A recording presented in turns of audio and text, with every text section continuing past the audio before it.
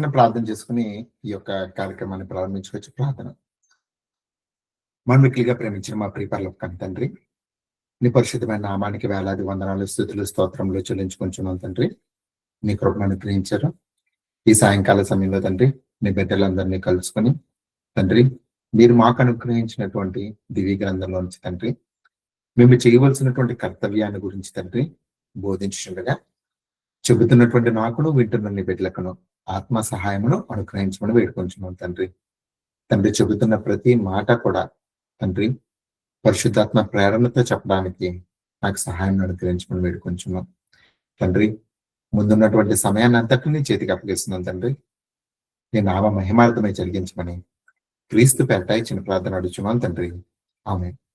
ఈ అవకాశం ఇచ్చిన తండ్రి అయిన దేవునికి, కుమారుడైన క్రీస్తు నామమున వందనాలు తెలియజేసుకున్నాం. అలాగే మీ అందరికీ కూడా ప్రభువైన క్రీస్తు నామమున వందనాలు తెలియజేసుకుంటున్నాం. అదేవిధంగా ఈ యొక్క అవకాశాన్ని ఇచ్చినటువంటి దైవ సేవకులకు, సంఘ కాపరి గారికి కూడా ప్రత్యేకమైనటువంటి వందనాలు తెలియజేసుకుంటున్నాం. ప్రియమైన దేవులారా, ప్రకటింపబడిన రీతిగా మనం ఈ రోజు ధ్యానించబోతున్నటువంటి అంశం క్రైస్తవ్యంలో ఆత్మరక్షణ పాపమా. అయితే క్రైస్తవ్యం అనేటప్పటికీ మనందరికి ఒక లోకానికి కానీ లేదంటే కనుక అందరికీ కానీ ఒక నానుడు ఉంది. ఏంటి ఆ నానుడి అని అంటే కనుక, క్రైస్తవులు శాంతి కాముకులు, వాళ్ళని ఏమన్నా, ఎవరు ఏం తిప్పినా, ఎవరు ఏది చేసినా వాళ్ళు అసలు పట్టించుకోరు. మరి ముఖ్యంగా వారి మీద దాడి చేసిన వాళ్ళు తిరిగి దాడి చేయరు అనే ఒక నానా రకాలైనటువంటి ఆలోచన లోకానికంటూ ఉంది. అది ఎంతవరకు కరెక్ట్, లేదంటే కనుక వాక్యానుసారంగా ఎంతవరకు అది రైట్ అనే అంశాన్ని ఈరోజు నేను బైబిల్ నుంచి మీకు చెప్పాలనుకుంటున్నాను. మరి ముఖ్యంగా ఈ యొక్క సమయంలో నేను చెప్పాలనుకున్న అంశం ఏంటంటే కనుక, బైబిల్లో ఉన్నటువంటి కొన్ని వచనాల్లో మనము తప్పుగా అర్థం చేసుకున్నాం. అందుకనే దీని గురించి చాలా ఆలోచన చేసి, నేనైతే ఈ యొక్క సబ్జెక్ట్ గురించి ఒక వారం రోజుల నుంచి ఆలోచన చేస్తున్నాను. ఇది బైబిల్లో ఎంతవరకు సపోర్ట్ చేస్తుంది? అసలు మనకి లైఫ్ లో కొన్ని సిచ్యువేషన్స్ ఎదురవుతూ ఉంటాయి. చాలా సిచ్యువేషన్స్ ఎదురవుతుంటాయి. కొన్ని ఎదురవుతున్నటువంటి కొన్ని సందర్భాలు చూసాం. ఫర్ ఎగ్జాంపుల్, అంటే నేను ఈ చెప్తున్నటువంటి కాంటెస్ట్ ఏదైతే ఉందో, ఆ కాంటెస్ట్ మనము సువార్త ప్రకటించడానికి వెళ్ళినప్పుడు చెబుతున్నటువంటి కాంటెస్ట్ కాదు. మరి ముఖ్యంగా చెప్తుంది ఏంటంటే కనుక, ఈ ఆత్మరక్షణ పాపమా అనే ఒక అంశం ఏదైతే ఉందో, అది అంటే నేను సువార్తను చేత పట్టుకుని, అంటే నేను క్రీస్తును ప్రకటించడానికి వెళ్ళినప్పుడు జరిగే ఆ దాడుల గురించి నేను మాట్లాడడం లేదు. దాని గురించి చివరిలో మాట్లాడతాను. ఉదాహరణకి, మీరు ఒక పార్క్కి వెళ్ళారు. మీరు ఒక పార్క్ వెళ్ళారు, ఫ్యామిలీతో మీరు ఒక బయటికి వెళ్ళారు. అక్కడ గుట్కా కొట్టో లేదంటే కనుక గంజాయి తాగో ఒక ఉన్నటువంటి వ్యక్తి మీ కుటుంబం మీద దాడి చేయడానికి ప్రయత్నిస్తున్నాడు. అంటే సో ఇండైరెక్ట్ గా మీ మీదను మీ కుటుంబం మీదను దాడి చేయడానికి ప్రయత్నిస్తున్నాడు. అప్పుడు మీరు ఏం చేస్తారు? బాబు, కరెక్ట్ సమయానికి వచ్చావా నువ్వు? ఎవరు దాడి చేస్తారా, వీళ్ళకి ప్రేమ చూపిద్దామన్న ఉద్దేశంతో నేను ఉన్నాను ఇక్కడ. ఇంకో మా అమ్మాయి అయితే మా అమ్మాయి, మా భార్య అయితే మా భార్య, ఇదిగో మీకు ఇష్టం వచ్చినట్టు మీరు చేసుకోండి అని చెప్పి వదిలేయడం అనేది న్యాయమా?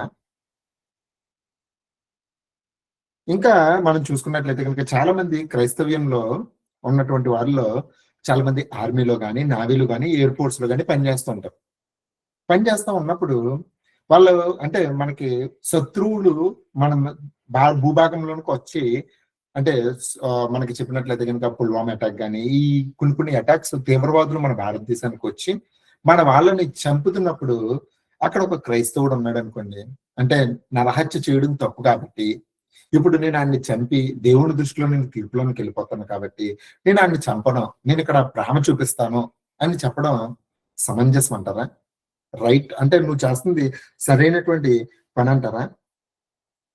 లేదంటే కనుక మీరు ఒక ప్రయాణం జరుగుతున్నప్పుడు, మీ ప్రయాణంలో ఉన్నప్పుడు మీ మీద ఒకడు అంటే దారి దోపిడీలు అంట చూసారండి. మీరు ఒక కారులోనో లేదంటే ఎలాగో వెళ్తున్నప్పుడు మీ మీద ఎవరన్నా దాడి చేసినప్పుడు మీరు అక్కడ శాంతి ప్రబోధాన్ని బోధిస్తూ ఉంటారా?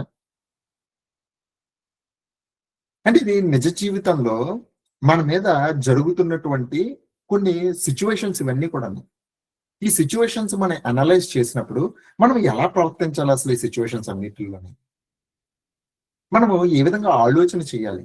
అసలు దేవుని యొక్క వాక్యం ఏమని చెప్తుంది అసలు అన్నది మనం చాలా పరిశీలనగా చూడాలి దేవుని వాళ్ళని. ఇది లేకపోవడం వల్లే మనం చాలా విషయాల్లో మనం వెనకబడిపోతున్నాం. ఇప్పుడు ఫర్ ఎగ్జాంపుల్ మన పిల్లల్ని గాని, లేదంటే గనక మనకున్నటువంటి సహోదరులను గాని, ఏదన్నా ఒక సెల్ఫ్ డిఫెన్స్ ట్రైనింగ్ పంపించాలన్నా చాలా మంది వెనకాడుతూ ఉంటారు. లేదంటే గనక మన పిల్లల్ని ఏ పోలీస్ గానో, లేదంటే గనక ఏ ఐఏఎస్ గానో, ఐపీఎస్ గానో తయారు చేయాలన్నప్పుడు మనకొక ఆలోచన వస్తది. అక్కడంతా కూడా చెడ్డవారున్నారు. చెడ్డవారి దగ్గర నా పిల్లల్ని పంపించడం నాకిష్టం లేదు అని చెప్పి కొంతమంది తల్లిదండ్రులు వాళ్ళకున్నటువంటి ఆ సంకుచిత భావంతోని పిల్లల యొక్క భవిష్యత్తును, దేవుని యొక్క ప్రణాళికను దెబ్బతీసే వాళ్ళు చాలా మంది క్రైస్తవులు ఉన్నారు ప్రియమైన వాళ్ళరా. అసలు దేవుడిచ్చినటువంటి ప్రణాళిక ఎంత గొప్పదో తెలిస్తే నిజంగా మనము చెయ్యవలసినటువంటి కర్తవ్యం ఏమిటో మనకు అర్థమవుతుంటది. ఇలాగా మొన్నటికి మొన్నండి, అంటే ఆస్ట్రేలియాలో ఒక బీచ్ లోని ఉగ్రవాదులు దాడి చేస్తున్నారన్నమాట. అంటే బీచ్ లో ఎంతమంది అయితే ఉన్నారో అంతమంది మీద కదా ఒక రకమైనటువంటి దాడి చేస్తున్నారన్నమాట. అదే సిచ్యువేషన్ లో మీరుంటే ఇంగో ఈయన్ని గాయపరచడం తప్పు అని చెప్పేసి ఆ ఉగ్రవాదిని గాయపరచడం తప్పు, నేనేమి అడ్డుకోకుండా నేను బ్యాగ్ తీసుకుని వెళ్ళిపోతానంటే అది చెయ్యవలసినటువంటి సరైన పనేనంటారా? ఆ ప్రశ్నలకి ఈ రోజు మనం బైబిల్లోంచి సమాధానం చూద్దాం దేవుని వలన. చాలా ఏమంటారంటే గనక ఇది చూసినట్లయితే కనుక, ఇది వింటున్నట్లయితే కనుక మీకు కూడా చాలా డౌట్స్ రావచ్చు. ఆ డౌట్స్ కూడా నేను అంటే సాలిడ్ రెఫరెన్స్ బేస్ లైక్ దీని గురించిన డైరెక్ట్ గా ఎక్కడ కూడా డైరెక్ట్ రెఫరెన్స్ ఎక్కడా లేదు, కానీ చాలా గుడారమైన అంటే నిగూఢమైనటువంటి సంగతులు దీంట్లో దాగున్నాయి. అంటే సందర్భానుసారంగా దాగున్నాయి. ఎలా దాగున్నాయి, ఆ వచనాల్లో ఉన్నటువంటి భావం ఏంటో ఈ రోజు మీ ముందు పడ్డానికి ప్రయత్నిస్తుంది వాళ్ళ. మనకి క్రైస్తవ్యంలో మొట్టమొదటిగా వచ్చేది ఎవరన్నా ఉందంటే కనుక మత్తయి సువార్త 5వ అధ్యాయము 38వ వచనాన్ని మనకి తీస్తూ ఉంటారు అన్నమాట. ఒకసారి చూద్దాం. కంటికి కన్ను పంటికి పళ్ళు అని చెప్పబడిన మాట మీరు విన్నారు కదా. నేను మీకు చెప్పుచున్నదేమనగా, దుష్టుని ఎదిరింపక నిన్ను కుడి చెంప మీద కొట్టువాని వైపునకు ఎడమ చెంప కూడా త్రిప్పుము. ఎవడైనను నీ మీద వ్యాజ్యము చేసి నీ అంగి తీసుకొని గోరిన ఎడల వానికి నీ పై వస్త్రమును కూడా ఇచ్చివేయము. ఒకడు ఒక మైలు దూరము రమ్మని నిన్ను బలవంతము చేసిన ఎడల వానితో కూడా 2 మైళ్ళు వెళ్ళుము. నిన్ను అడుగువానికి ఇమ్ము, నిన్ను అప్పు అడుగు గోరువాని నుండి నీ ముఖము తిప్పుకొనవద్దు. తర్వాత కూడా చదవమ్మా. నీ పొరుగువాని ప్రేమించి నీ శత్రువును ద్వేషించమని చెప్పబడిన మాట మీరు విన్నారు కదా. నేను మీతో చెప్పునదేమనగా, మీరు పరలోకమందున్న మీ తండ్రికి కుమారులై ఉండునట్లు మీ శత్రువులను ప్రేమించుడి, మిమ్మును హింసించు వారి కొరకు ప్రార్థన చేయుడి. చాలండి. ఇక్కడ వరకు మీరు చూసినట్లయితే కనుక ఇది ఒక సందర్భం మన కళ్ళ ముందు కనబడుతుంది. ఏంటంటే కనుక ఇదిగో మీకు చెప్పబడింది కదా, కంటికి కన్ను పంటికి పన్ను అని చెప్పబడిన మాట మీరు విన్నారు కదా. అయితే నేను మీతో చెప్పినది ఏమనగా అని చెప్పేసి యేసుక్రీస్తు చెప్తాను, దుష్టుని ఎదిరింపక నిన్ను కుడి చెంప మీద కొట్టు వాని వైపునకు ఎడమ చెంప కూడా తిప్పుము. ఇదేంటి, ఒకడు నిన్ను కొడతంటే గనక ఒకడ ఎవడన్నా వచ్చి నిన్ను కొట్టాడు అనుకో, కుడి చెంప మీద కొడితే ఎడమ చెంప కూడా తిప్పము అని అన్నాడు అనమాట. ఇంకేమంటున్నాడు మళ్ళీని, ఎవడైనాను నీ మీద వ్యాజ్యము చేసి నీ అంగి తీసుకొని గోరిన ఎడల వానికి నీ పై వస్త్రమును కూడా ఇచ్చివేయము. ఒకవేళ నిన్ను మైలు దూరం బలవంతం చేస్తే గనక వానితో 2 మైళ్ళు వెళ్ళము. అడుగు వానికి ఇమ్ము, అప్పడుగు వాని ముఖం తిప్పుకోవద్దు. అసలు ఎవడన్నా నిన్ను వచ్చి అప్పు అడిగాడు అనుకోండి, అడుగుతున్న వాడి వైపు నాకు ముఖం తిప్పుకుని నేను ఇవ్వనని ఏం చెప్పకో. అంటే ఇక్కడ ఏమని చెప్తుందంటే కనుక దుష్టుని అసలు ఎదిరింపకదు. వాడు ఏదైతే చేయాలనుకుంటున్నాడో చెయ్యాలనుకున్న దాన్ని సంపూర్తి చేయనివ్వు, ఇంకా వాడికి కోఆపరేట్ చెయ్యి అన్నట్టుగా వాడు దుష్టత్వాన్ని ఇంకా నువ్వు ఇంకా హెచ్చిపోయినట్టుగా చెయ్యి అన్నట్టుగా మనకి ఇక్కడ అర్థమవుతుంది. అసలు యేసుక్రీస్తు వారి యొక్క చెప్పబడిన మాటల్లో ఉన్నటువంటి అర్థం ఇదేనా? ఇంకా చెప్తున్నాడు, నీ పొరుగువాన్ని ప్రేమించి నీ శత్రువును దేశింపబడిన చెప్పబడిన మాట మీరు విన్నారు కదా. నేను మీతో చెప్పిన కదా, మీరు పరలోకమందు తండ్రికి కుమారులైన మీ శత్రువులను ప్రేమించుడి. శత్రువుని ప్రేమించడం అంటే ఏంటి? శత్రువుని ప్రేమించడం అంటే ఏంటి అంటే, ఇప్పుడు మన అమ్మ మీద దాడి చేసిన వాడిని బాబు దాడి చేయరా అని చెప్పేసి ప్రోత్సహించడం, వాడిని ప్రేమించడమా? అలాగైతే నీ కూతుర్ని గాని, నీ భార్యని గాని, నీ తల్లిని గాని ఏం చేస్తున్నావు నువ్వు? అసలు ఏం చేస్తున్నావు? ఒకవేళ శత్రువుని ప్రేమించడం అర్థం అదే అంటే కనుక, ఇదిగో బోర్డర్ క్రాస్ చేసి వచ్చినటువంటి తీవ్రవాదిని వాడికి రెడ్ కార్పెట్ పరిచి వాడిని లోపలికి పంపించి, దారమా ఊళ్ళో అందరినీ చంపరా, యేసుక్రీస్తు వాళ్ళు చెప్పారు నాకు, ఇదిగో శత్రువుని కూడా ప్రేమించమన్నారు, నేను నిన్ను ప్రేమిస్తున్నాను, నువ్వు లోపలికి రా అని చెప్పడము యేసుక్రీస్తు వారు చెప్పినటువంటి మాటల్లో ఉన్నటువంటి భావం ఇదేనంటారా? ఇంకా లేదంటే కనుక ఒక బీచ్ లో చంపుతున్న వాడిని ఇంకా బాగా చంపరా, అవసరమైతే నన్ను కూడా చంపరా అని చెప్పేసి ఆడి దగ్గరికి వెళ్ళి రొమ్ములు సిప్పి ఇదిగో చంపరా అని చెప్పి నుంచోవడం శత్రువుని ప్రేమించడం అంటారా? ఇదేనా యేసుక్రీస్తు వారు చెప్పినటువంటి మాట? కుడి చెంప మీద కొట్టువాని వైపున ఎడమ చెంప కూడా తిప్పమంటే దాని యొక్క భావం ఇదేనని మీరు ఆలోచన కలిగి ఉన్నారా దేవుని వాళ్ళరా? అసలు ఇది ఏ కాంటెస్ట్ లో చెప్పబడింది? కంటికి కన్ను పంటికి పన్ను అని ధర్మశాస్త్రం చెప్పబడినటువంటి కాంటెస్ట్ ఏంటి అసలు? ఒకసారి దీని గురించి లేవియా కాండానికి వెళ్దాం. మోషే గారు ఏ కాంటెస్ట్ లో దీన్ని చెప్పారన్నది మనకు అర్థం కావాలి దేవుని వాళ్ళరా. లేవియా కాండము 24 అధ్యాయం నుంచి మనం వెళ్దాం. 17 నుంచి 20 వచనాలు. 24 ప్రాణహత్య చేసిన ఎడల వానికి మరణ శిక్ష విధింపవలెను.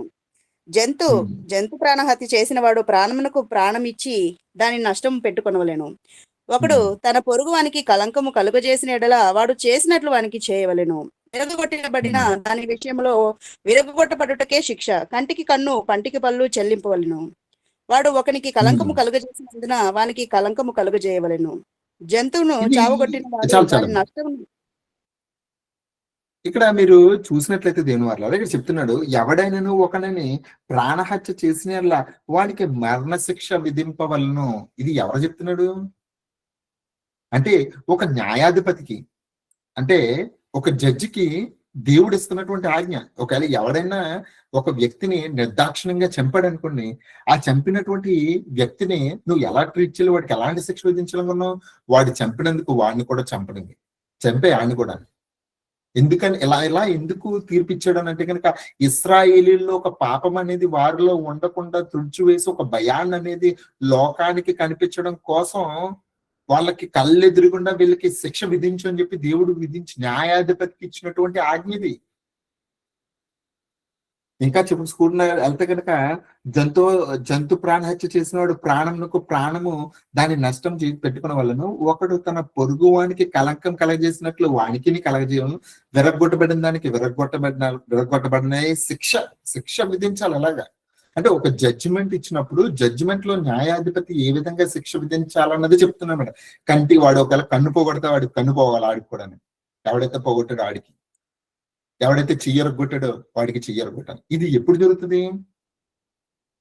జరుగుతుంది అని అంటే కనుక, నువ్వు ఒక కోర్టుకి వెళ్ళినప్పుడు, అంటే నువ్వు ఒకరి మీద నేరారోపణ చేసినటువంటి వ్యక్తి న్యాయాధిపతి దగ్గరికి వచ్చినప్పుడు, న్యాయాధిపతి విధించవలసినటువంటి విధి విధానం ఇది. అంటే వాడు చేసినటువంటి ఆ యొక్క తప్పిదానికి కావలసినటువంటి శిక్ష. ఇంకా చూసినట్లయితే ద్వితీయోపదేశ కాండము 19 అధ్యాయానికి కూడా వెళ్దాం. ఇదే సందర్భం. ద్వితీయోపదేశ కాండము 19 అధ్యాయము 15 నుంచి 21 వచనాల వరకు కూడా ఇలాంటి సందర్భమే ఉంటది. ఒకసారి చూద్దాం.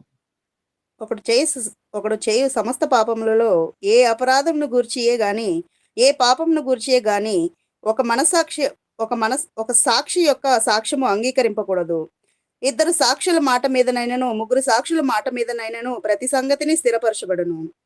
అన్యాయపు సాక్ష్యము ఒకని మీద చెప్పుటకు ఒకడు నిలబడి నేరము మోపుటకు అబద్ధమాడినడల ఆ వివేదం గల 2 మనుషులు యెహోవా సన్నిధిని, అనగా ఆ కాలంలోనున్న యాజకుల ఎదుటను న్యాయాధిపతుల ఎదుటను నిలవవలెను. ఆ న్యాయాధిపతులు బాగుగా విమర్శించిన తర్వాత వాని సాక్ష్యము అబద్ధ సాక్ష్యమై తన సహోదరుని మీద వాడు అబద్ధ సాక్ష్యము చెప్పిన సంగతి వెల్లడి అయిన ఎడల వాడు తన సహోదరునికి చేయ తలంచినట్లే వానికిని చేయవలెను. అట్లు మీ మధ్య నుండి ఆ చెడుతనమును పరిహరించుదురు. మిగిలిన వారు విని భయపడి నీ దేశమును అటు దుష్కార్యములను చేయకుందురు. నీవు ఎవరిని కటాక్షింపకూడదు. ప్రాణమునకు ప్రాణము, కంటికి కన్ను, పంటికి పన్ను, చేతికి చెయ్యి, కాలికి కాలు మీకు విధి. చూడండి ఇక్కడ ఎంత క్లియర్ గా ఈ యొక్క ద్వితీయోపదేశ కాండము 19 అధ్యాయము 15 నుంచి 21 వచనంలో చెప్పడం జరిగింది. అంటే ఒక న్యాయాధిపతి ఎవడన్నా ఒకడు సాక్షులు 2-3 సాక్షులు పెట్టుకొని నువ్వు విధించవలసినటువంటి నియమావళి ఇది అని ఇశ్రాయేలీయులకు దేవుడు ఇచ్చినటువంటి ఆజ్ఞ. ప్రతీకారం తీర్చుకో, ఎందుకంటే కనుక వాడు నీకు నష్టం కలిగించాడు కనుక ఆ నష్టాన్ని నువ్వు కూడా వాడికి కలిగించు అని చెప్పి చాలా డైరెక్ట్ గా ఇక్కడ చెప్పడం జరిగింది దేవుని వల్ల.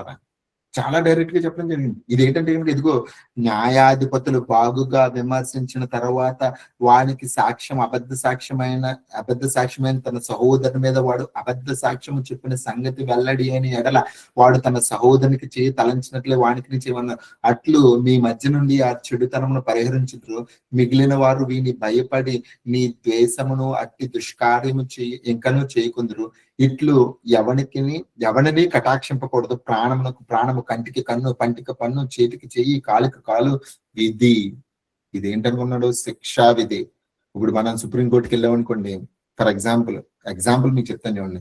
సౌదీ అరేబియా లాంటి ప్రాంతానికి వెళ్ళామనుకోండి, ఎక్కడన్నా అక్కడ రేపు జరిగింది అని ఎవరన్నా గనక చెప్పినట్లయితే కనుక వాళ్ళకి వేసే శిక్ష ఏంటనుకున్నారు? మరణ శిక్ష మాట. వాడిని రోడ్డు మీద తీసుకొచ్చి బహిరంగంగా చంపేస్తారన్నమాట. అదేంటది? ఒక జడ్జిమెంట్. మన భారతదేశంలో కూడా తీవ్రవాదులు ఎవరన్నా వచ్చి భారతదేశం మీద ఒక దాడి కనుక చేసినట్లయితే కనుక దాడి చేసిన వాడిని ఏం చేస్తారని అంటే కనుక వాడికి మరణశిక్ష విధిస్తారు. అంటే న్యాయాధిపతులు ఇచ్చే తీర్పు, అంటే ప్రభుత్వాలు ఇచ్చే తీర్పును బట్టించి ఇక్కడ చెప్పబడుతున్నది. అంటే ఒకవేళ నువ్వు నీకు ఎవడైనా సరే నీకు నష్టం కలిగించాడు, కొత్త నిబంధనలు ఉన్నటువంటి మనము వాడి మీద పగ తీర్చుకోవద్దు. పగ అంటే ఏంటి? ఇది అర్థం కావాలి. పగ అంటే కనుక వాడు నాకు గత కాలంలో జరిగినటువంటి తప్పిదానికి నువ్వు ఇప్పుడు కరెంటు తీర్చుకునే దాన్ని పగ అంటారన్నమాట. పగ అంటే ఏంటనుకున్నారు? గత కాలంలో వాడు నాకు అన్యాయం చేశాడు, వాడు నన్ను నష్టపరిచాడు, వాడు నాకు ఏదో చేయాల్సింది చేయాల్సిన దాన్ని నష్టపరిచాడు. కాబట్టి ఇప్పుడు వాడి మీద న్యాయ విమర్శ ముందు వాడికి శిక్ష విధించాలని కోరుకోవడం అనేది ఇప్పుడు ఉన్నట్టు కాలంలో దేవుడు విడిచిపెట్టమన్నాడు. వాడు దుష్టుడు, వాడిని విడిచిపెట్టానన్నాడు. కాకపోతే ఇప్పుడు నేను చెబుతున్నటువంటి సందర్భాన్ని నువ్వు అంటిపెట్టుకోకూడదు. ఇప్పుడు ఫర్ ఎగ్జాంపుల్ సెల్ఫ్ డిఫెన్స్ లేదంటే ఆత్మరక్షణ అనేది భవిష్యత్తులో జరిగేదానికి పునాది, గతంలో జరిగేదానికి కాదు. ఇప్పుడు చెడుతనం జరగకుండా ఆపడం అనేది నీ ముందున్నటువంటి బాధ్యత. ఆత్మరక్షణ పాపం ఏమాత్రమో కాదు ప్రేమించడం వల్ల. ఇప్పుడు వెళ్తున్నటువంటి ఒకడి మీద ఒకడు అన్యాయంగా దాడి జరుగుతున్నప్పుడు నాకు ఎందుకు అని చెప్పి వెళ్ళిపోతే అది మానవత్వమే కాదు, ఇంకా దైవత్వం ఏమవుతుంది? ఇంకా దైవత్వం అవుతుంది. మనం యేసుక్రీస్తు చెప్పినటువంటి ఉదాహరణ తీసుకోవచ్చు.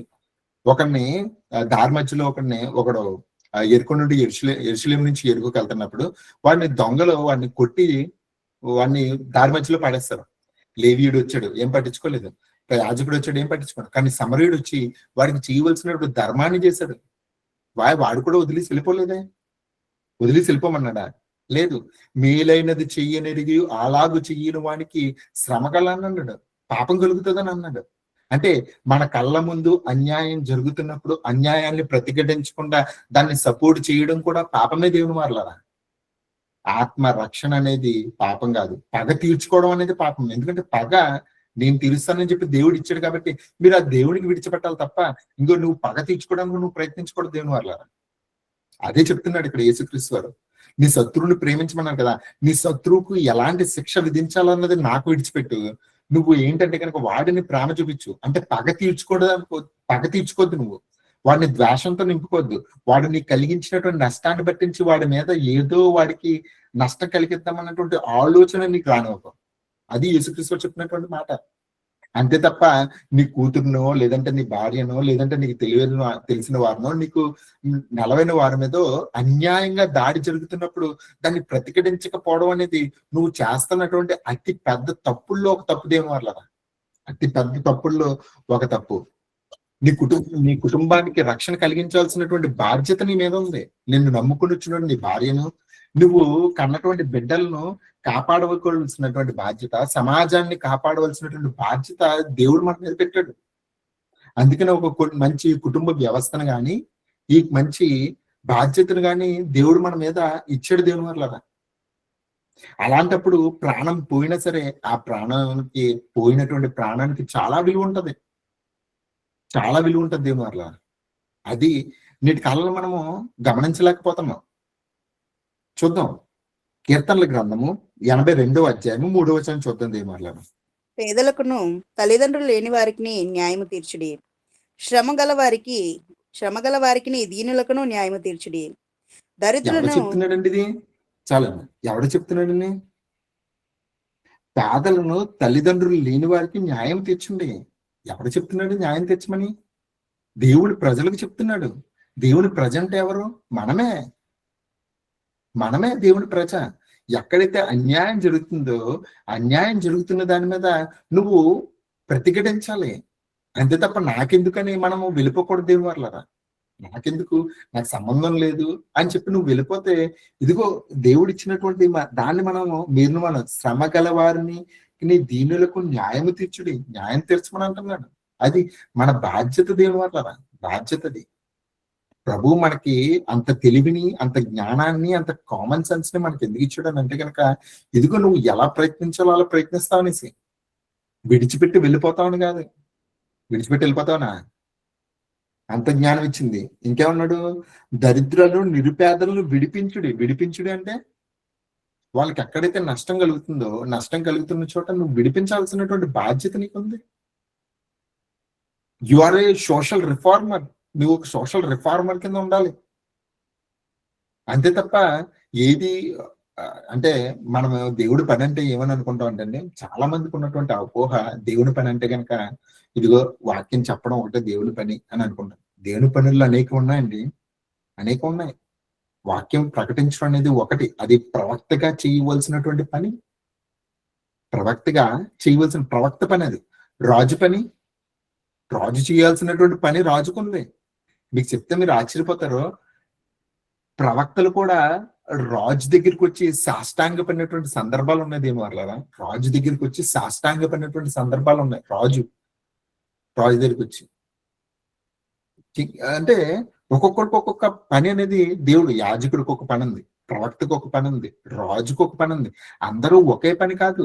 వాక్యం చెప్పడం అనేది ఒక్కటే దేవుని పని అనుకుంటే అది పొరపాటే. ఉదాహరణకు మీరు ఒక గవర్నమెంట్ టీచర్ గా ఉన్నారు. గవర్నమెంట్ టీచర్ గా ఉన్నటువంటి మీరు పిల్లలకి మంచి భవిష్యత్తు కోసం వారి బ్రతుకులను దిద్దడానికి మీరు పెట్టే శ్రమ ఉంది చూసారా, అది మీరు దేవుడిని మహిమపరిచినట్టు. ఒకవేళ మీరు ప్రభుత్వ ఉద్యోగిగా ఉన్నారు, లంచం తీసుకోకుండా ఎవరికైతే న్యాయబద్ధంగా ఎవరికైతే ఏది రావాలో అది చేయడము దేవుని యొక్క పని నిర్వర్తించిన వాడు. అంటే నీకు ఇచ్చినటువంటి ధర్మాన్ని నువ్వు హృదయపూర్వకంగా చేస్తున్నట్టు లెక్క అది. ఒక సోల్జర్ ఉన్నాడు. ఒక సోల్జరు దేశాన్ని కాపాడడం అనే బాధ్యతని అతని చేతుల్లో పెట్టి అతనికి ట్రైనింగ్ ఇచ్చి అతను ఉంచారు.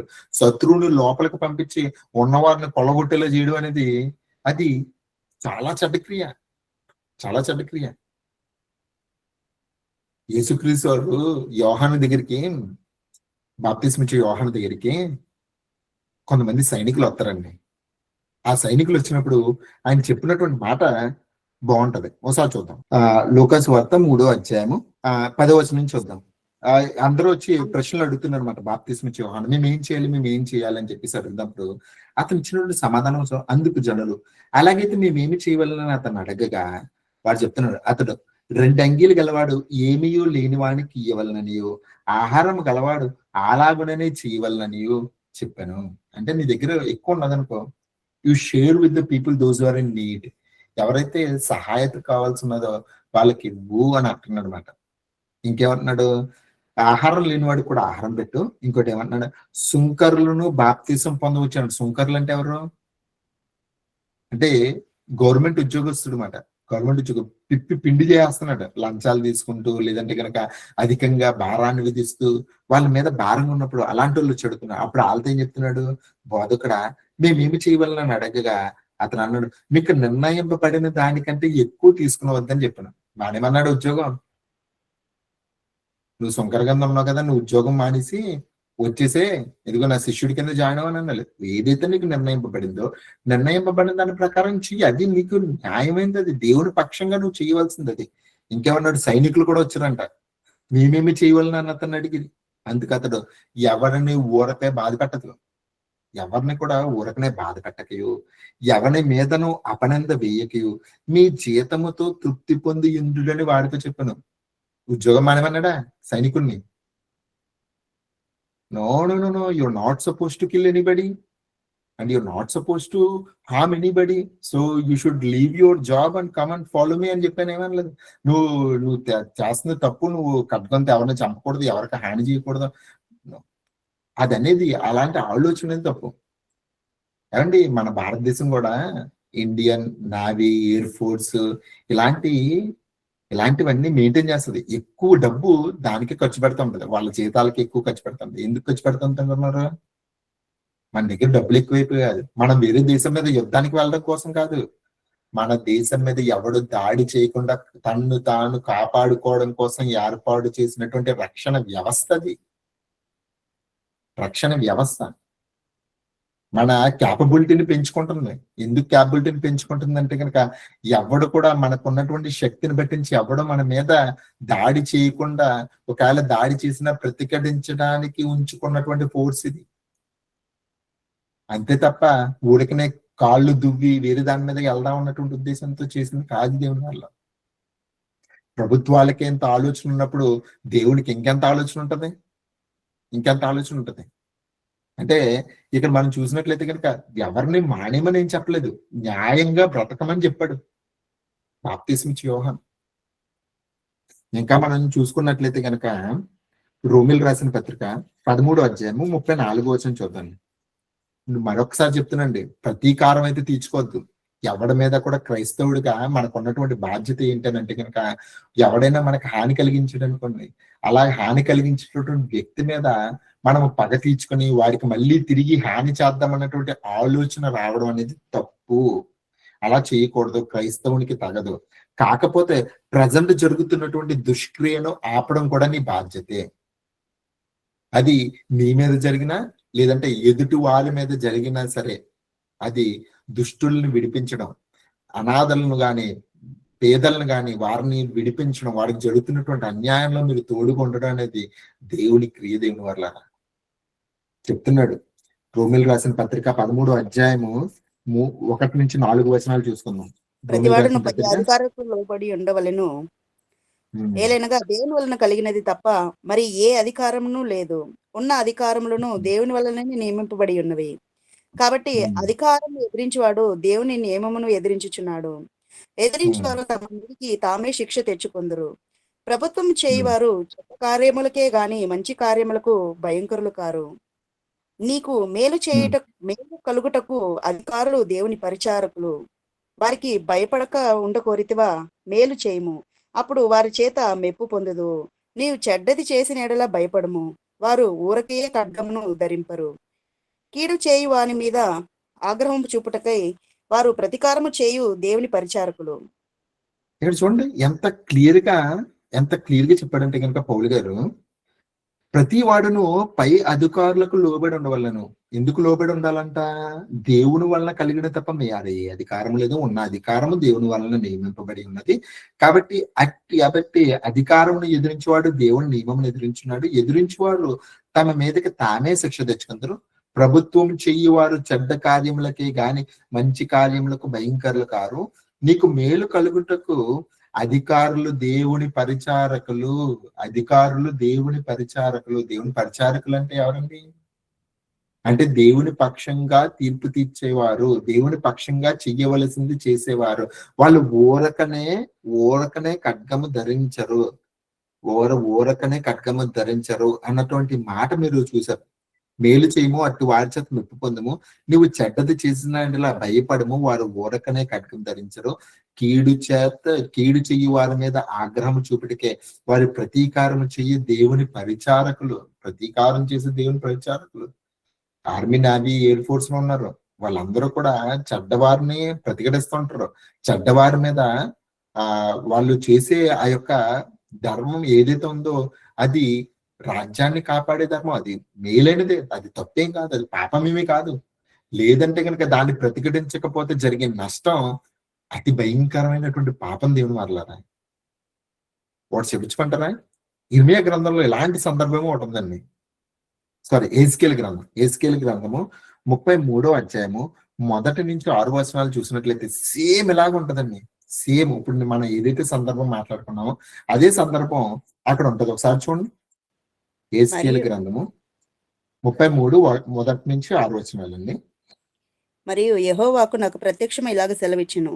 నరపుత్రుడా, నీవు నీ జనులకు సమాచారం ప్రకటించి వారితో ఇట్లనుము.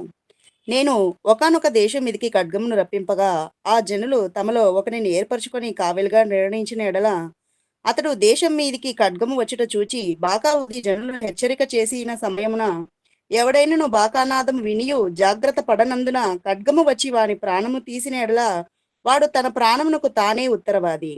బాకానాదము వినియును వాడు జాగ్రత్త పడకపోయేను గనుక తన ప్రాణమునకు తానే ఉత్తరవాది. ఏలైనగా వాడు జాగ్రత్త పడిన ఎడల తన ప్రాణమును రక్షించుకొనును. అయితే కావలివాడు ఖడ్గము వచ్చుట చూచియు బాకా ఊదనందు చేత జనులు అజాగ్రత్తగా ఉండుటయు ఖడ్గము వచ్చి వారిలో ఒకని ప్రాణమును తీయుటయు తటస్థించిన ఎడల వాడు తన దోషమును బట్టి పట్టబడినను నేను కావలి వాని యొద్ద వాని ప్రాణమును గూర్చి విచారణ చేయుదును. చూడండి ఎంత నరపుత్రుడా, ఎంత క్లియర్ గా చెప్పాడు చూడండి. ఇక్కడ యెహోవా వాక్కు నాకు ప్రత్యక్షమై ఇలాగ చదివిస్తున్నది ఏంటంటే, నరపుత్రుడా, నీవు జనులకు సమాచారం ప్రకటించి వాడతిట్లను నేను ఒకానొక దేశం మీదకి ఖడ్గమును రప్పింపగా ఆ జనులు తమలో ఒకని ఏర్పరచుకుని కావలిగా నిర్ణయించబడిన ఎడల, కావలిగా నిర్ణయించాలంటే సెక్యూరిటీ కింద పెట్టారన్నమాట. అంటే వాడిని అంటే బోర్డర్ లో పెట్టారన్నమాట. ఎవడన్నా ఆ దేశం మీదకి వస్తుంటే గనక వాడు బాగా ఊది అందరినీ అలర్ట్ చేసి వాడికి ఏం చెప్పాలి అంటే ఆ దేశాన్ని కాపాడుకోవడానికి అనేక మందిని ప్రేరేపించాలి. కావలి వాడి యొక్క డ్యూటీ అది.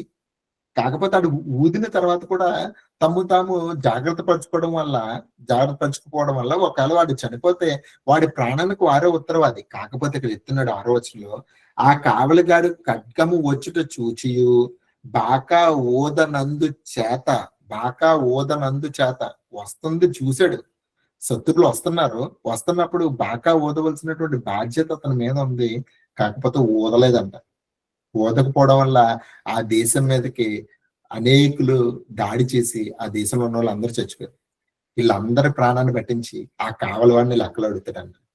ఇప్పుడు సోల్జర్ ఉన్నాడు, ఉగ్రవాది లోపలికి వచ్చాడు, వస్తున్నప్పుడు చూసి ఆయన చంపకుండా ఆయన లోపలికి పంపించాడు అనుకోండి, అది ఏమవుతుంది, అనేక మంది ప్రాణం పోవడానికి కారణం అవుతుంది. ఆ ప్రాణం పోయిన వాళ్ళందరి లెక్క ఈ యొక్క సోల్జర్ని అడుగుతాడంట. ఎందుకంటే చేయవలసినటువంటి ధర్మాన్ని చేయడం లేదు, చేయవలసినటువంటి విధిని చేయడం లేదు, చేయవలసిన ఇచ్చినటువంటి బాధ్యతను సంపూర్తి చేయలేదు కనుక వాడికి శిక్ష విధింపబడుతుందని చాలా క్లియర్ గా ఉంది. ప్రియమైన దేవుని వల్ల అంటే నువ్వు చేయవలసినటువంటి ధర్మాన్ని నువ్వు చెయ్యాలి. ఇంకా చూసుకున్నట్లయితే కనుక 1 తిమోతి 5వ అధ్యాయం 8వ వచనం అండి. కుటుంబం దగ్గరికి వస్తే తిమోతికి చెప్తున్నాడు పౌలు, ఎవడైనను స్వకీయులను విశేషంగా తన ఇంటి వారిని సంరక్షించకపోయిన ఎడల వాడు విశ్వాస త్యాగము చేసిన వాడై అవిశ్వాసి కన్నా చెడ్డవాడై ఉండును. చూడండి, ఎవడైనను స్వకీయులను విశేషంగా తన ఇంటి వారిని సంరక్షింపకపోయిన ఎడల. సంరక్షించడం అంటే ఏంటి అంటే దీంట్లో 2 రకాలైనటువంటి సంరక్షణ చూడొచ్చు. మనము ఆత్మీయ కోణాన్ని చేయొచ్చు, భౌతిక కోణాన్ని కూడా చూడొచ్చు. భౌతిక కోణం సంరక్షించడం అంటే వారికి కావలసింది ధర్మాన్ని చేయడం, వాళ్ళకి కావాల్సినటువంటి బేసిక్ సెక్యూరిటీ అనేది ప్రొవైడ్ చేయడం, వాళ్ళకి ఆర్థికంగా బలపరచడం, వాళ్ళని ప్రాణాపాయ స్థితిలో ఉన్నప్పుడు కాపాడవలసినటువంటి బాధ్యత కూడా కుటుంబ యజమానికి ఉందన్నటువంటి విషయాన్ని మర్చిపోద్దు. వాళ్ళని ఇక్కడ చెప్తున్నాడు, సంరక్షించాలంట. సంరక్షించి ఇంకేం చేయమని అంటున్నాడు, సంరక్షించకపోయిన ఎడల వాడు విశ్వాస త్యాగం చేసిన వాడు అవిశ్వాసి కన్నా చెడ్డవాడు ఏంటి. అవిశ్వాసులకి ఉందంటండి కామన్ సెన్స్. తన కుటుంబాన్ని కాపాడుకోవాలి, తన పిల్లల్ని కాపాడుకోవాలి, ఎవడో తన పిల్లల మీద ఎటువంటి దాడి జరగకుండా తన కుటుంబాన్ని కాపాడుకోవాలన్నటువంటి అవిశ్వాసిగా ఉన్నప్పుడు విశ్వాసకి ఇంకెంత ఉండాలండి. అసలు మనము ఆలోచించే విధానం ఎలా ఉందని కనుక పూర్తి దేవుని యొక్క వాక్యానికి పూర్తి భిన్నంగా ఉన్నట్టు అనిపించడం లేదు. దీనివల్ల మనము ఫిజికల్ గా కూడా కుటుంబాన్ని కాపాడవలసినటువంటి బాధ్యత మన మీద ఉంది దీనివల్ల. మరియు సంఘాలకు వస్తున్న వారి మెడలో కూడా కాపాడవలసినటువంటి బాధ్యత కూడా ఉంది. కల్తీలు రాసిన పత్రిక 6వ అధ్యాయము 10వ వచనాన్ని చూసినట్లయితే అక్కడ కూడా చాలా క్లియర్ గా మెన్షన్ చేశాడు దీని వల్ల. కల్తీలు రాసిన పత్రిక 6వ అధ్యాయము 10వ వచనాన్ని చూసినట్లయితే కాబట్టి మరొకటి మనకు సమయము కాబట్టి దొరికిన కొలది అందరి ఎడలను, విశేషంగా విశ్వాస గృహమునకు చేరిన వారి ఎడలను మేలు చేయుదుము. మనము మేలు చేయుటకు విసుకకు యుందము, మనము అలేక మేలు చేసితమని తగిన కాలమందు పంట కోతుము. కాబట్టి మనకు సమయం దొరికిన కొలది అందరి ఎడలను, విశేషముగా విశ్వాస గృహమునకు చేరిన వారి ఎడలను మేలు చేయాలి. మేలు చేయడం అని అంటే కనుక మనం వెళ్ళి ఒక్కొక్కసారి మేలు ఎలా అనిపిస్తూ ఉంటది అంటే కనుక మనం వెళ్ళి పరామర్శ వచ్చేసామా అన్నట్టుగానే ఉంటది. మాట్లాడి ఫార్మాలిటీగా చేస్తుంటారు. ఫార్మాలిటీకి ఏది చేయదు. చేస్తా హృదయపూర్వకంగా వెళ్ళి వాడికి అన్యాయం జరిగింది, వాడి పక్షంగా, సంఘంలో ఉన్న వాడి పక్షంగా నిలబడాల్సినటువంటి బాధ్యత మన మీద ఉంది. దీనివల్ల ఇంకా చెప్తున్నాడు సామెతల గ్రంథము 24 అధ్యాయం 11 సామెతలు 24:11. సామెతల గ్రంథము 24 అధ్యాయం 11 దీనివల్ల చావునికే పట్టబడిన వారిని నువ్వు తప్పించుము. ఎవరైతే చూస్తున్నాడో అలాంటి చంపబడ్డానికి సిద్ధంగా ఉన్న వారిని తప్పించవలసినటువంటి బాధ్యత నీ మీద ఉంది. దేనివల్ల ఇంకా నాశనమందు పడుటకు జోగుచున్న వారిని రక్షింపవా నువ్వు? రక్షించవలసిన బాధ్యత నీకు లేదా? అలాగని చెప్పి నేను ఇలా చెప్పానని చెప్పి ఎక్కడన్నా దాడి జరుగుతున్నప్పుడు ఆ నెల్లి చంపేమని నా ఉద్దేశం కాదు.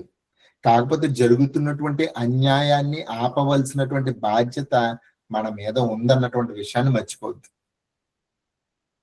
ఏమండి, మన గురించి ఒక టైటిల్ రాయబడి ఉంది. అంటే క్రీస్తులోనికి వచ్చిన వారి గురించి ఒక టైటిల్ రాయబడి ఉందండి. మనకు తెలుసు కదా, పేతురు రాసినటువంటి మొదటి పత్రిక 2 అధ్యాయం 9. మొదటి పేతురు 2 అధ్యాయం 9. అయితే మీరు చీకటిలో నుండి ఆశ్చర్యకరమైన తన వెలుగులోనికి మిమ్మల్ని పిలిచిన వాని గుణాతిశయములను ప్రచురం చేయ నిమిత్తము ఏర్పరచబడిన వంశమును, రాజులైన యాజక సమూహమును, పరిశుద్ధ జనమును, దేవుని సొత్తైన ప్రజలునై ఉన్నారు. చాలమ్మా, ఇక్కడ ఇది ఎలా పోల్చుడండి. మేము చీకటిలో నుండి ఆశ్చర్యకరమైన తన వెలుగులోనికి పిలిచిన వాని గుణాతిశయమును ప్రచురం చేయ నిమిత్తము ఏర్పరచబడిన వంశమును, రాజు అంటే ఏంటి? రాజు అంటే what is the king mean? To protection of his own people. ఎవరైతే వాళ్ళ కింద ఎవరైతే ఉంటారో, వాళ్ళ మీద ఆధారపడి ఎవరైతే ఉంటారో వాళ్ళని సంరక్షించే బాధ్యత రాజుదని. రాజును యాజకులు కూడా, అంటే దేవునితో చేసేవాడు, దేవునికి విజ్ఞాపన చేసేవాడు. అంటే నువ్వు రాజువును యాజకుడు కూడా. రాజు అని అంటే కనుక రక్షించేవాడు, సంరక్షించేవాడు, కావాల్సినది చూసుకునేవాడు. అంటే యు ఆర్ ద కింగ్ అంటే కనుక మనం పేరు పెట్టుకున్న కింగ్ కాదండి. రాజు అని అంటే కనుక సంరక్షించేవాడు. You are the protector of your family and protector of your social గా కూడా కాపాడవలసినటువంటి బాధ్యత నీ మీద ఉందన్నటువంటి విషయాన్ని మీరు మర్చిపోద్ది. మాట్లాడు చాలా మంది దీని విషయంలో చాలా నెగిటివ్ గా ఆలోచిస్తున్నారు. మనము నెగిటివ్ గా ఆలోచించాల్సింది ఏం లేదు, మేలనేది చేయాల్సిందే. అబ్రహాం చూసుకోండి. అబ్రహాము తన పనిలో తను ఉన్నాడు. లోతు దూరంగా ఉన్నాడు, సుధమలో ఉన్నాడు, సుధమ కుమార్ ప్రాంతం. దాని మీదకి దాడి జరిగినప్పుడు అండి మొత్తం లోతు ఆస్తి మొత్తం అంతా పోయింది. అబ్రహాం తన దగ్గర ఉన్న పనులను తీసుకుని వెళ్ళి యుద్ధాన్ని చేసుకుని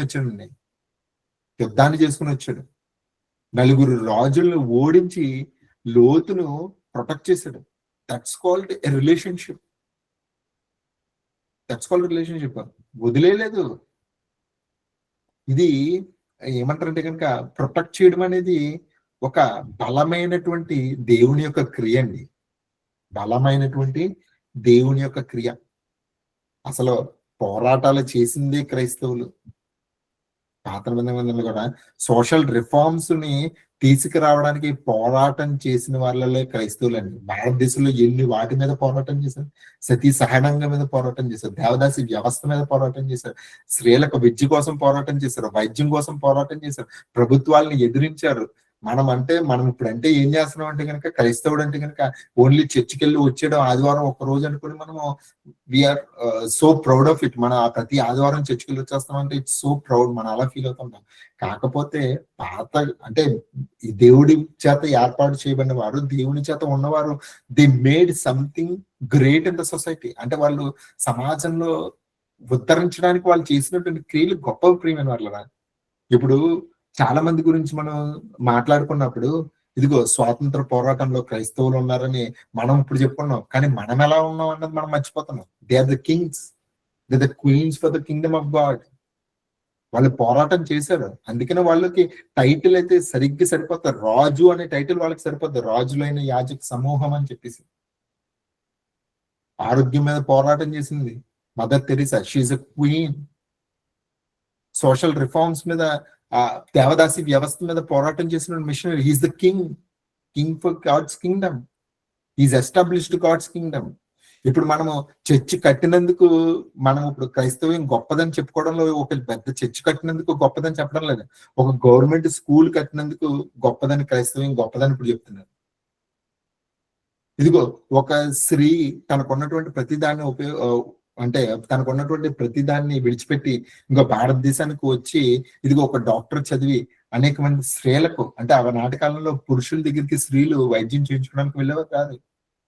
వెళ్ళకపోతే దాని మీద ఒక పోరాటం, ఆవిడ అమెరికాకి వెళ్ళి ఎంబీబీఎస్ చేసి ఒక 6 years నేర్చుకుని వచ్చి భారతదేశంలో స్త్రీలకు వైద్యాన్ని ప్రకటించింది. She's the queen of the God's kingdom. That's what's the reforms which is required in the current time.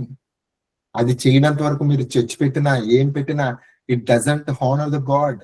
God's work is something different. మనం చాలా చిన్న చూపుతో చూస్తున్నాం మనం దేవుణ్ణి. You called for something big.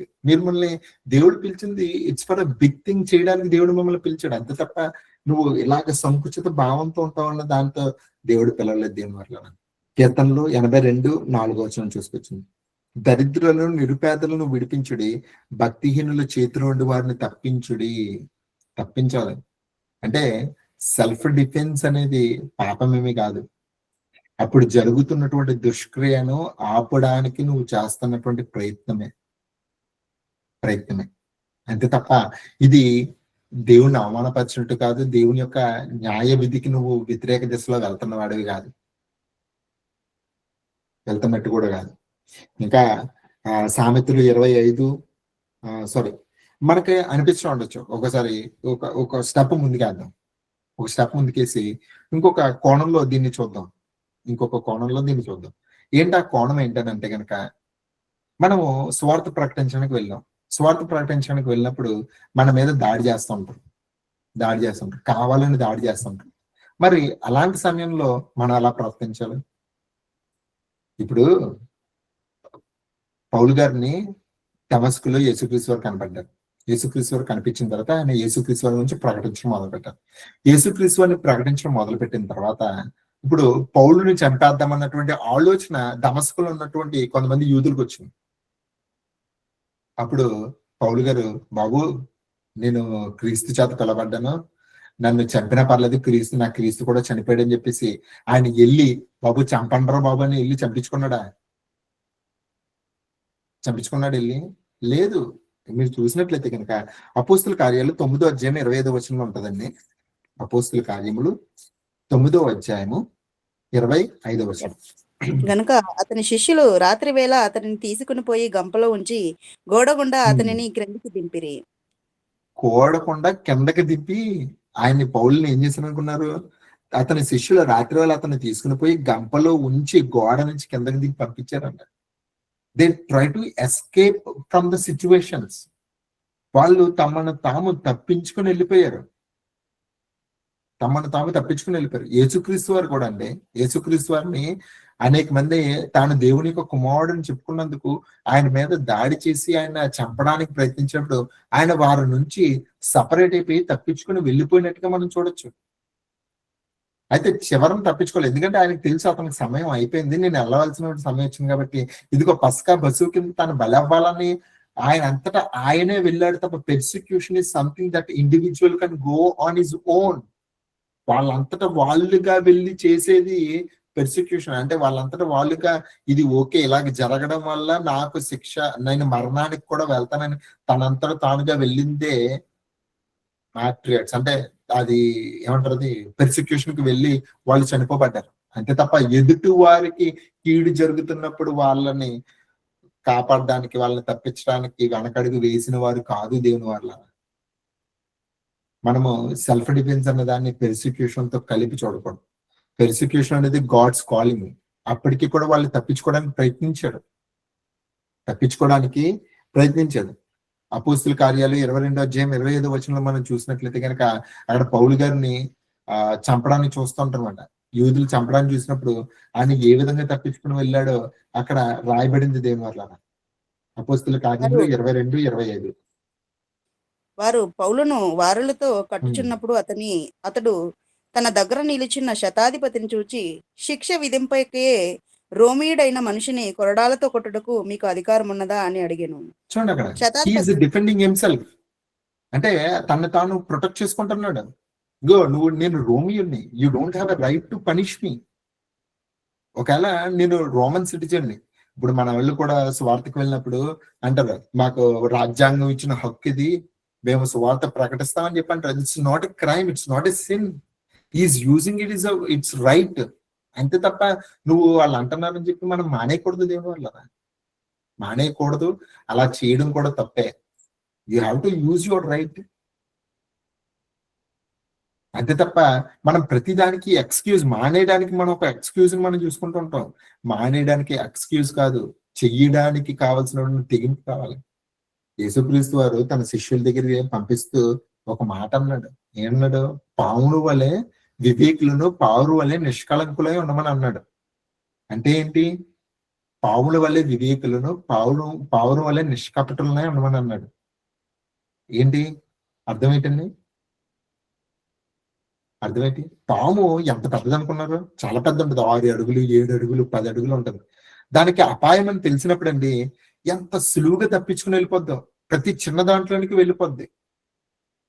ప్రతి చిన్న దాంట్లోని తప్పించుకోవడం అంటే with in fraction of second లో దాని యొక్క ఆలోచన ఎంత స్పీడ్ గా ఉంటదంటే అంత స్పీడ్ గా ఉంటుంది దాని ఆలోచన తప్పించుకోవడానికి. మరి మనకి ప్రమాదం జరుగుతున్నప్పుడు మనం తప్పించుకోవడానికి మన బ్రెయిన్ ఎంత షార్ప్ గా పనిచేయాలి, అసలు ఎంత క్విక్ థింకింగ్ ఉండాలి అసలు.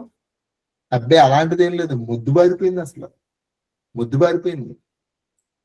పాముల వల్లే వివేకులు అంటే పాముకున్నటువంటి తెలివితేటలు అమోఘం అండి. అసలు గొప్పది అసలు పాముకున్నటువంటి తెలివితేటలు. ఎంత పెద్ద ఆకారాన్ని ఇటుకల మధ్యలో ఇడికించుకుని అడ్జస్ట్ అయిపోద్దండి. చిన్న కర్ర ఉంటే కర్ర మధ్యలోనికి దూరిపోయి తను ఎలా ప్రొటెక్ట్ చేసుకుంటుంది. అలాంటి తెలివితేటలు మనకు ఉండాలి. నిన్ను నువ్వు కాపాడుకోవడం అనేది తప్పేమి కాదు. నీ కుటుంబాన్ని కాపాడడం అనేది తప్పేమి కాదు. నీ మీద ఆధారపడిన వారికి సహాయకుడిగా ఉండడం, వాళ్ళకి శ్రమ జరుగుతున్నప్పుడు సహాయం ఉండడం తప్పేమి కాదు. దేవుని యొక్క న్యాయాన్ని నువ్వు, దేవుడు ఇచ్చినటువంటి మంచి క్రియను నువ్వు జరిగిస్తున్నా అంటే లెక్కనే. ఇప్పుడు మీరు వెళ్ళారు, మీ భార్యతోనో మీ పిల్లలతోనో వెళ్ళారు, ఎవడో దాడి చేస్తున్నాడు. దాడి చేస్తున్నప్పుడు ప్రొటెక్ట్ చేయకుండా నువ్వు పక్కకి వెళ్ళిపోయావని అంటే గనక దాన్ని ఏమంటారు? చేతకానోడు, మా ఆయనంత చేతకానోడు ఎవడలేడు, మా నాన్నంత చేతకానోడు ఎవడలేడని నీ కూతురు, నీ భార్య నిన్నే తిడుతుంది. అన్ని జనుల్లోనైనా సరే తన కుటుంబాన్ని కాపాడుకోవడం కోసం చేసిన వాళ్ళు ఉన్నారు. ఇదేంటి తన సొంత కుటుంబాన్ని దేవుడి పేరు చెప్పి ఎలా చేస్తున్నాడు ఏంటని దేవుడికి ఎంత అవమానం అండి. అసలు ఎంత అవమానం. That's we don't do that. మనకంటూ ఒక మంచి ఇది ఉండాలి దేవుని వల్ల. చివరిగా చూసినట్లయితే ఒక వచనం చూసి సామెతల గ్రంథంలో ఒక మాట ఉందండి. సామెతల గ్రంథము 25వ అధ్యాయము 26వ వచనంలో ఒక మాట ఉంది. మంచి మాట ఉంటుందండి. చదువుకొని ముగించుకోవచ్చు. కలకలలు చేయబడిన ఊటయు, చెడిపోయిన బుగ్గయు, నీతిమంతుడు దుష్టునికి లోబడుటయు సమానులు.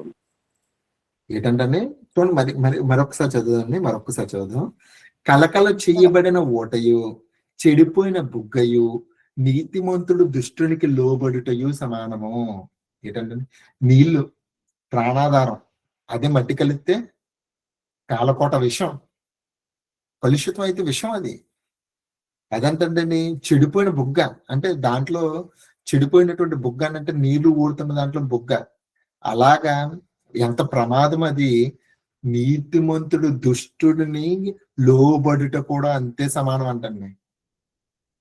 మంచిది చెడ్డగా అయిపోద్ది, నువ్వు లోబడకూడదు.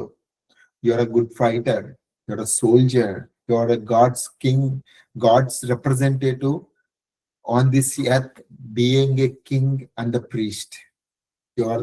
నీకు ఇవ్వబడినటువంటి బాధ్యత అది, నీకు ఇవ్వబడాల్సిన బాధ్యత అది. రాజులైన యాజక సమూహము, అంతే తప్ప నువ్వు చేతకాని వాడిగా ఉండదు. దేని వల్ల చేతకాని వాడిగా ఉండదు. ఇలా చెప్తున్నాను కాబట్టి ఉదాహరణకు ఉండొచ్చు. అంటే ఒక ప్రశ్న వేసి నేను ముగిస్తాను. అయితే ఇలా చెప్పిన తర్వాత మీకు ఒక ప్రశ్న రావచ్చు. ఒకవేళ మీరు కరాటీయో లేదా మార్షల్ ఆర్ట్స్ నేర్చుకున్నారనుకోండి. నేర్చుకున్నప్పుడు ఉదాహరణకి చెప్తున్నాను, ఇది ఇలా నేర్చుకోవడం అనేది విశ్వాసం లేకపోవడం అంటారా? అంటే దేవుణ్ణి నమ్మక నువ్వు ఒక కరాటీలోనో మార్షల్ ఆర్ట్స్ లోనో ఏదో ఒకటి నేర్చుకోవడం అనేది దేవుణ్ణి అవమానపరచంట, విశ్వాసం లేదనడానికి సంకేతం అని అంటే గనక, సంకేతం అనుకుంటే గనక నేను వేసే ఒక 2 ప్రశ్నలకు మీరు సమాధానం చెప్పాలి. నేను చెప్పేది ఏంటంటే కనుక, నిర్నిమిత్తంగా ఎవరి మీద మీరు you are not suppose to do any kind of an attack. నిర్నిమిత్తంగా ఏది చేయకూడదు. కాకపోతే దుష్టత్వాన్ని ఆపవలసినటువంటి బాధ్యత నీ మీద ఉంది. అందుకని చెప్పేసి నీకంటూ ఒక క్రమశిక్షణ, నీకంటూ ఒక డిటర్మినేషన్ అనేది ఒకటి ఉండాలి. అలా ఉన్నప్పుడు నువ్వు నేర్చుకున్నది అనేక మందిని రక్షించడానికి ఉపయోగపడాలి. ఉదాహరణకు మీకు చెబుతాం, ఒకవేళ మీరు అవిశ్వాసులే, దేవుడి మీద నమ్మకం లేని వారే ఇలాంటి మార్షల్ ఆర్ట్స్ అని, కరాటే అని, లేదంటే సెల్ఫ్ డిఫెన్స్ టెక్నిక్స్ అని ఇవన్నీ నేర్చుకుంటారా అని అనుకుంటే గనక, మీలో ఎంతమంది పని అనేది ఏమి చేయకుండా దేవుడు నాకు మన్నాను కురిపెత్తాడని రాత్రి ఎంతమంది చూస్తున్నారా? దేవుడి మీద విశ్వాసం లేదా? అందుకని మీరు డ్యూటీకి వెళ్తున్నారా? పొద్దున్న లేచి సాయంత్రం వరకు డ్యూటీకి వెళ్ళేది దేవుడి మీద అవిశ్వాసంతో ఉండే మీరు ఏమంటారు పని చేసుకుంటున్నారా? దేవుడు మిమ్మల్ని పోషించలేడని చెప్పి మీరు పని చేసుకోవడానికి వెళ్తున్నారా? మీలో చాలా మంది కార్లు ఉన్నాయి, సీట్ బెల్ట్ పెట్టుకుని వెళ్తారు. అంటే దేవుడు కాపాడలేడు, చేతకాని వాడు అని చెప్పేసి మీరు సీట్ బెల్ట్ పెట్టుకొని మీరు కారు నడుపుతున్నారు ఏంటి? దీస్ ఆర్ ద టూల్స్ అంటే ఏంటనుకున్నారు? ఒక సాధనాలు ఇవన్నీ కూడా దేవుడు మిమ్మల్ని ప్రొటెక్ట్ చేయడానికి ఇచ్చినటువంటి సాధనాలు అవి.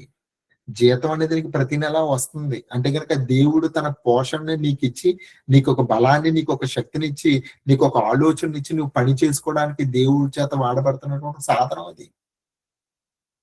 అంతే తప్ప అది నువ్వు దేవుడిని అవమానపరిచినట్టు కాదు. అది గాడ్ ఈజ్ బ్లెస్డ్ అంటే నీ చేతి పనులను దేవుడు ఆశీర్వదించి నేను అభివృద్ధి పరుస్తున్నాను. It's a blessing, it's not a curse, it is a blessing. It is not unfaithful, it's a faithful thing. దేవుడు నన్ను పోషిస్తున్నాడు, నా చేతి పని బలపరుస్తున్నాడు, ఇట్స్ అ ఫేత్ఫుల్ థింగ్ అండి. అది సీట్ బెల్ట్ పెట్టుకుని వెళ్ళడం అనేది కామన్ సెన్స్. నేను ప్రమాదం జరగడానికి అవకాశం ఉంది కాబట్టి ఈ ప్రమాదం నుంచి తప్పించడానికి దేవుడు నాకు ఇచ్చినటువంటి ఒక ప్రొటెక్షన్. అలాగే మనం నేర్చుకునేది కూడా మనల్ని మనం కాపాడుకోవడానికి తప్ప, అదొక సాధనమే తప్ప దేవుడి మీద అవిశ్వాసానికి సూచన ఏ మాత్రమూ కాదు. దీని వల్ల చివరిగా చెప్పేది ఒకటే, పగ తీర్చుకుంటా దేవుడి పని. నువ్వు ఎవడి మీద ప్రతీకారం తీర్చుకోకు. ప్రతీకారం అనేది గతంలో జరిగినటువంటి నష్టాన్ని పూర్తి చేసుకోవడానికి ప్రజెంట్ చేసే ఒక క్రియ ప్రతీకారం. ఆ ప్రతీకారం నువ్వు తీర్చుకోకూడదు. క్రైస్తవుడికి అది తగదు. అయితే ఒక చర్య అంటే దుష్క్రియ జరుగుతున్నప్పుడు అంటే డిఫెన్స్, రక్షణ కల్పించడం అనేది ప్రజెంట్ చేయవలసినటువంటి కర్తవ్యం. అది ఎవరైనా సరే, అది నీ కుటుంబమైనా లేదంటే కనుక నీ కళ్ళ ముందు జరుగుతున్నటువంటి అన్యాయాన్ని అయినా సరే అడ్డుకోవాల్సినటువంటి నీతి నీ మీద ఉంది. You should have to do that. It's common sense తో కూడినటువంటి పని. దేవుడు నీకు ఇచ్చినటువంటి బాధ్యత. ఎందుకంటే మీరు రాజులైన యాజక సమూహము, దేవుని సొత్తు అయినటువంటి ప్రజలు. కాబట్టి దేవుడి మనకి ఇచ్చినటువంటి బాధ్యత మనం పూర్చదు. దుష్టుడికి మన సొత్తును అపహరించనివ్వద్దు. దుష్టుడికి నువ్వు ఉన్నదాన్ని ఇచ్చి వాడి మీద ఉద్ధరుతున్నట్టు నువ్వేమీ అనుకోవద్దు. కాబట్టి దేవుని యందు ఈ వాక్యం మీకు అర్థమైందని అనుకుంటున్నాను. ఒక చిన్న ప్రార్థన చేసుకొచ్చాను. ప్రార్థన. మనం మిక్కిలిగా ప్రేమించిన మా ప్రియ పరలోకపు తండ్రి, నీ పరిశుద్ధమైన నామానికి వందనాలు తండ్రి. నీ కృపను అనుగ్రహించారు. నీ బిడ్డలకి తండ్రి ఆత్మరక్షణ అనేది పాపము కాదని తండ్రి మీరు మాకు ఇచ్చినటువంటి బాధ్యతల్లో ఒక బాధ్యతని మమ్మల్ని, మా కుటుంబాలను, మాకు నెలవైన వారిని, సమాజాన్ని కాపాడవలసినటువంటి బాధ్యత, దుష్టుడి నుంచి ఇన్నోసెంట్ వారిని రక్షించడానికి మీరు ఇచ్చినటువంటి గొప్ప ధన్యతను మేము నమ్ముచున్నాం తండ్రి. మా బిడ్డల్లో ఎటువంటి ఇంకా కూడా డౌట్స్ ఏమైనా ఉంటాయి కనుక వాటన్నిటిని తీసివేయడానికి తండ్రి ఆత్మ సహాయం ఇచ్చి నడిపించమని వేడుకుంటాం. నేను చెప్పిన సంగతులు వారు మరొకసారి ఆలోచన చేసి ఇది సరిగ్గా ఉన్నదా లేదా అని ఆలోచన చేయడానికి వారికి కావాల్సినటువంటి మంచి మనస్సును కూడా అనుగ్రహించమని, ఒక బ్రాడ్ మైండ్ తో తండ్రి ఆలోచించడానికి కావాల్సినటువంటి కృపను నీ బిడ్డలకు అనుగ్రహించమని వేడుకొంచున్నాం తండ్రి. ప్రతి ఒక్కరిని కూడా దీవించండి. ఈ యొక్క మెసేజ్ అనేది వారిలో తండ్రి ఒక మంచి క్రియని జరిగించడానికి వారిని ప్రేరేపించేలాగున సహాయం ఇచ్చి నడిపించమని వేడుకొనిచ్చు తండ్రి. ముందున్నటువంటి సమయాన్ని అంతా నీ చేతికి అప్పగిస్తున్నాం. నేను ఆ మహిమార్థమే జరిగించమని క్రీస్తు పేట ఇచ్చిన ప్రార్థన అడుగుచున్నాను తండ్రి. ఆమేన్. వందనాలండి. Thank you.